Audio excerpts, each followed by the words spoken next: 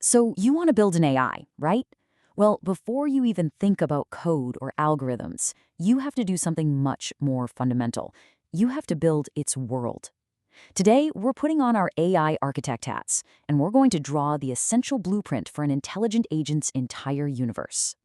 Think about it. You have this amazing idea for an AI. But where do you start? The very first, most critical question you have to ask is, what does its universe actually look like? Because let me tell you, if you get this part wrong, if you misunderstand the world you're dropping your AI into, it is absolutely guaranteed to fail. And the answer? The tool that every AI architect uses is called the task environment. Honestly, just think of it as the AI's official job description. It's the rulebook for the game it's about to play. It is the absolute foundation that everything else gets built on. So here's our game plan for today. We're going to start with that architect's blueprint.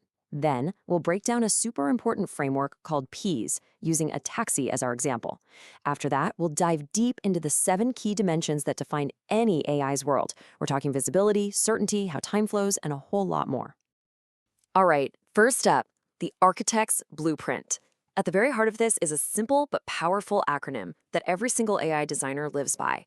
P-E-A-S. P's. So, what is a task environment, really?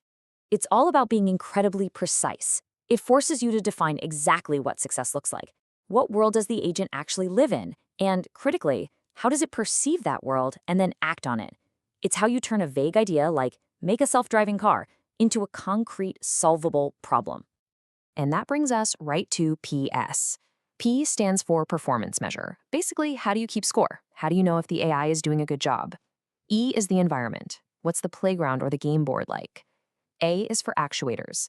These are the agent's hands and feet, how it actually makes a move.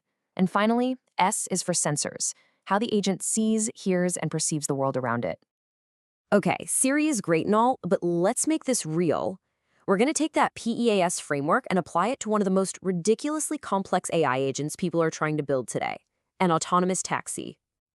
Just look at that performance measure for a second. It's not as simple as get from A to B. Oh no, it's this incredibly complex balancing act between safety, speed, following the law, making the ride comfortable for the passenger, and of course, making money.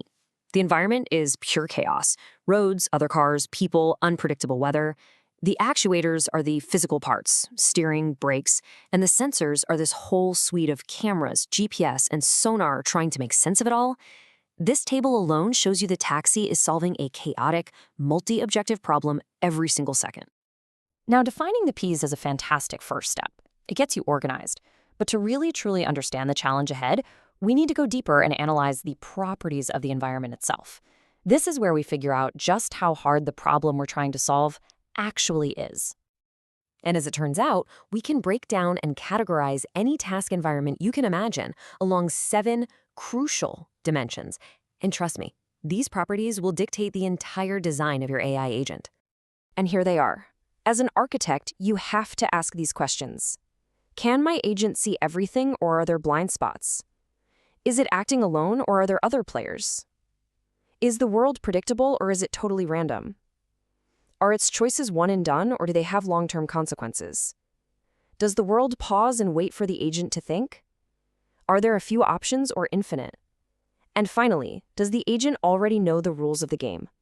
Let's break these down one by one. We're going to start with the first 2, which are all about perception and interaction. What can the agent actually see, and who else is out there playing the game with it? So in a fully observable world, like a game of chess, you see everything. You know where every single piece is. The whole state of the world is right there in front of you. But our taxi's world, it's partially observable. It's loaded with blind spots. It can't see what's around that next corner, and it certainly can't know what the driver in the car next to it is thinking. And this is so important because it means the agent must have a memory. It needs to keep track of what it's seen to infer what it can't see. Next up, is our agent flying solo, or is it in a crowd? A crossword puzzle is a classic single-agent task, right? The puzzle isn't actively trying to mess you up. But a game of chess is multi-agent and competitive. You have an opponent who is actively trying to beat you.